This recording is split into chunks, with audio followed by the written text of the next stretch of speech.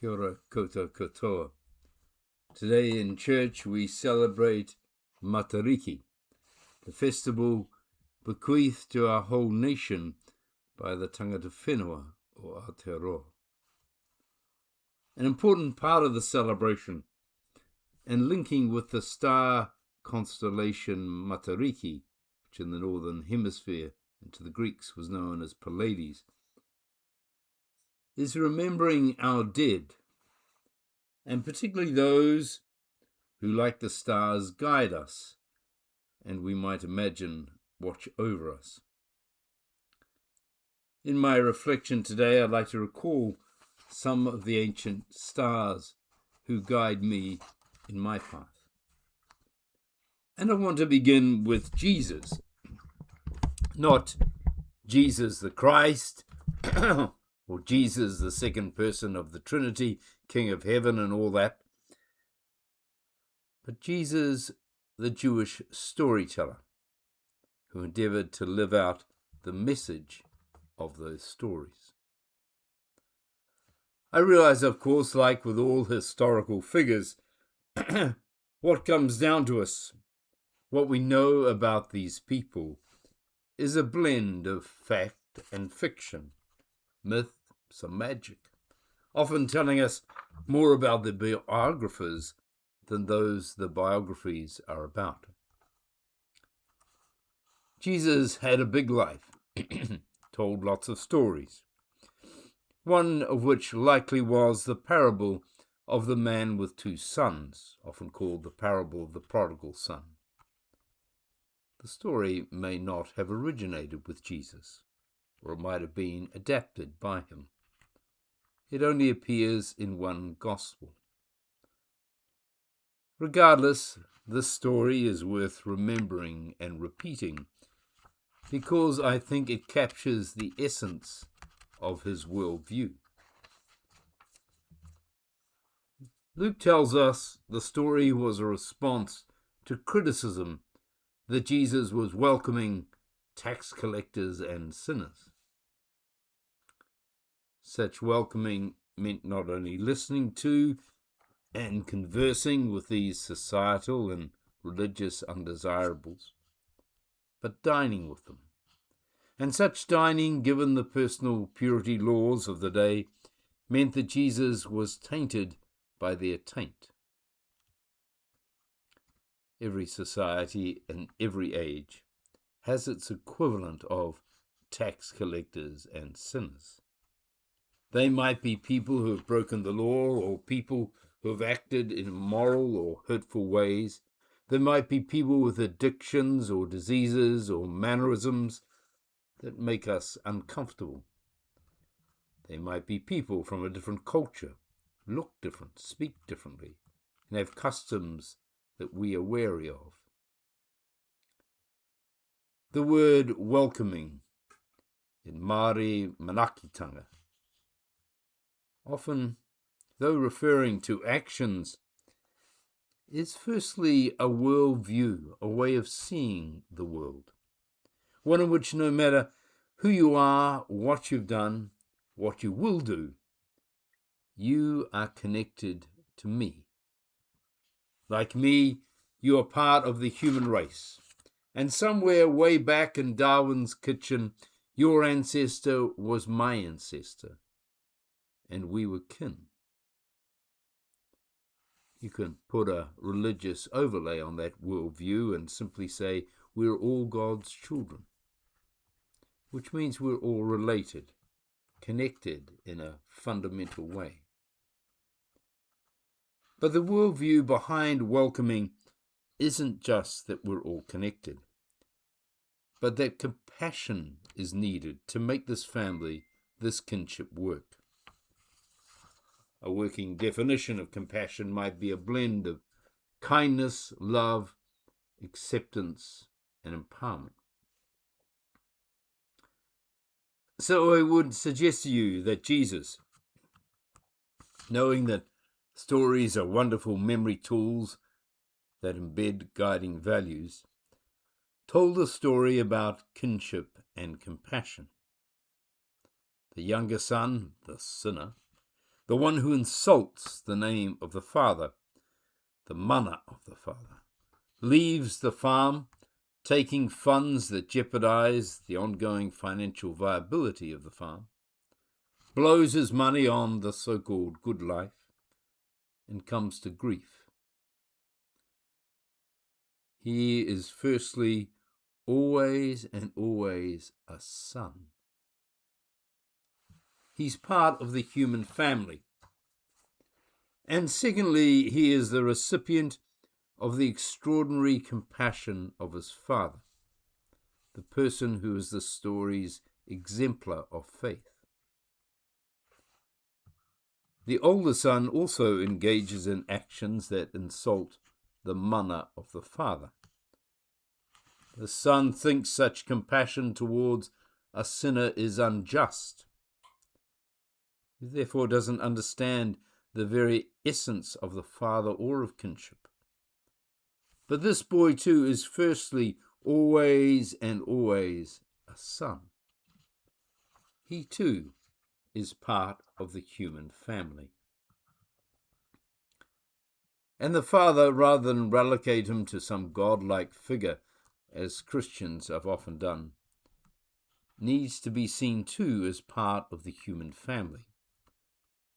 And secondly, the one who embodies the task of weaving the human family together with those powerful but weak threads of compassion. As an aside, but critical to my faith development, has been to come to understand God as those threads of compassion. Not the weaver, that's us, but the threads themselves. As Meister Eckhart, another star, once said, you can call love God, you can call God goodness, but the best name for God is compassion. So this is why Jesus is my brightest star. The brightest star in the constellation Matariki is actually called Matariki. For whether you're a thuggish tax collector or a colonizing Roman centurion, a Syro-Phoenician woman, a beloved disciple, a dying girl, a mentally ill man living in a cemetery, firstly, in the Jesus worldview, you belong. You are family. Your taint is our taint. And secondly, together, the good, the bad, the ungrateful, the rich, the poor, the bright, the inspirational, the needy. Together we must weave, with the goodness of compassion, always and always, the human race together. For the forces that divide us are strong.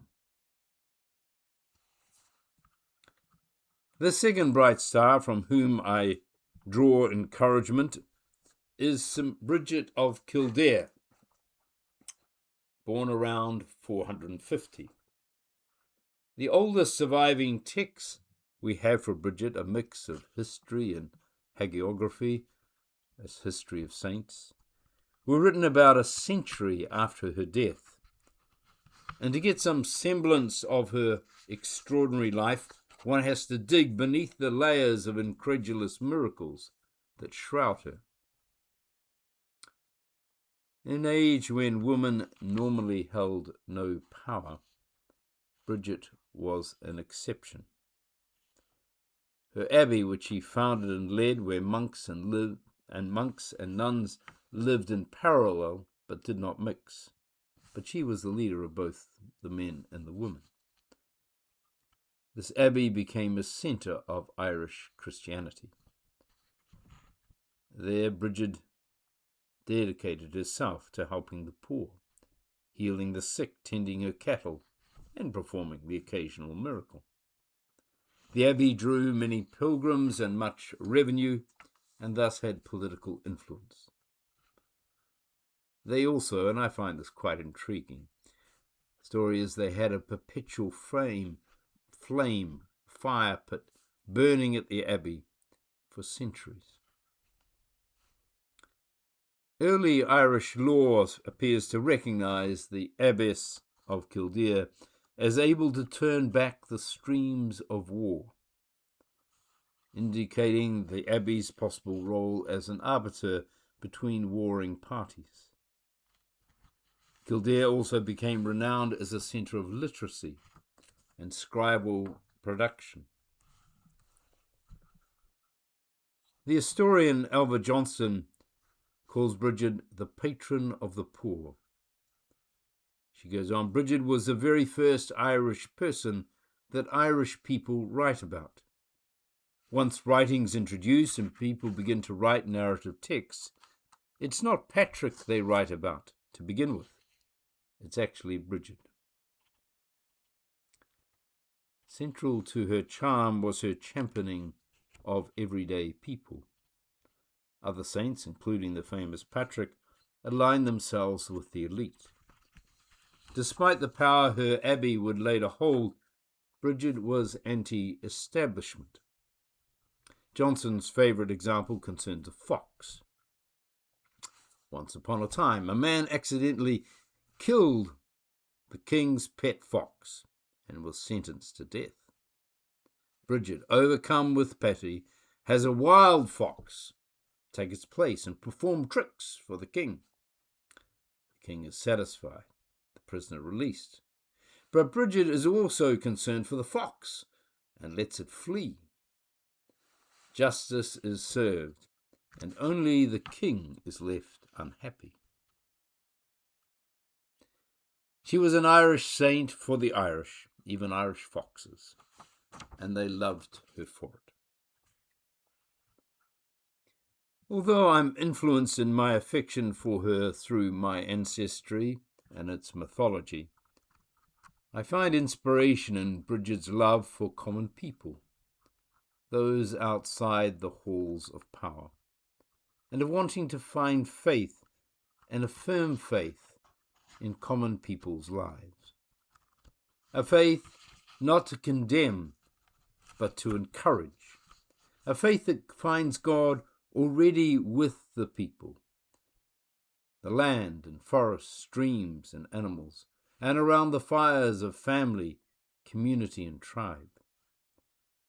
A faith that is inseparable from the well-being of people, and a well-being of people that is not separate from the well-being of the earth. Faith that is poetic, artistic, can be sung and woven, rather than a faith confined and constrained by doctrines, creeds, and overlords. Lastly, for today, there's the star called St. Francis, he of Assisi, born in the late 12th century, who also, like Jesus and Brigid, comes to us filtered through his biographers and their needs. In the early church and through the Middle Ages, there was a belief that every created being could praise God in its own distinctive ways. But there are strict hierarchies laid out in a structure called the Great Chain of Being. This chain descended from God and the angels to humankind. That's one hierarchy. And then through the ranked animals, birds and fish, down to plants and minerals. There were hierarchies within the hierarchies. Just as the king was alleged to be designated by God to rule over humans, so the lion was the highest among animals, and the dolphin superior to all other fish. Then in the 13th century, along comes Francis, challenging all this in his poetry by saying, Sister Water, Brother Wolf. Instead of placing humankind on a God-ordained pinnacle above the rest of creation, he's entering into a new relationship with the lives around him in order to affirm kinship, sisterhood, brotherhood, and to enter into possibilities of mutuality, respect, and love. In the Gospels, we don't have clear stories of Jesus extending his worldview of kinship and compassion to animals land, forest, waterways, and other planetary life. With Brigid, however, there are myths about her blending Christianity and Celtic folklore, taming and tending animals and their environment. Her understanding of kinship and compassion does seem to extend beyond the human race. Francis's biographer, Thomas de Salerno, completed his work just 3 years after Francis died, and is very explicit about the extent of Francis's understanding of kinship and compassion.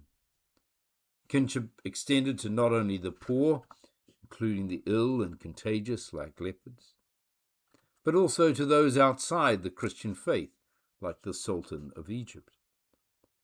Kinship also extended to birds and animals. There's a story of Francis preaching to the birds, celebrating their distinctive avian qualities. It's also the story of the wolf who terrorized the town of Gubbio.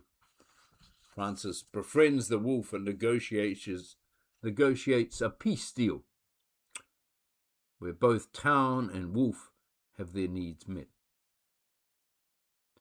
Francis seemed to understand the connection between how we treat people and how we treat animals. He was reported as saying, if you have people who will exclude any of God's creatures from the shelter of compassion and pity, you will have people who will deal likewise with their fellow humans. Francis also, like Brigid and I suspect Jesus, saw that one of the enemies of kinship and compassion is the desire for those who hold political power to maintain it or expand it by waging war. Another enemy is the desire of the wealthy to keep accumulating wealth to the detriment of the poor. So these three stars, Brigid, Jesus, Francis, are part of the cluster of faith, exemplars, and encouragers we have. 3 people who understood that kinship is not something restricted to those we are closely related to, in terms of our family and tribe, but as a broad concept of the whole human race, being related and needing each other and looking out for each other, and not just the human race, but all planetary life. The path to such an understanding is that of compassion. Compassion towards those in obvious need, but also towards those who seem not. Compassion towards those who are different or excluded. Compassion towards the earth and all its creatures. Compassion even towards our own selves. Blessings to you all this Matariki.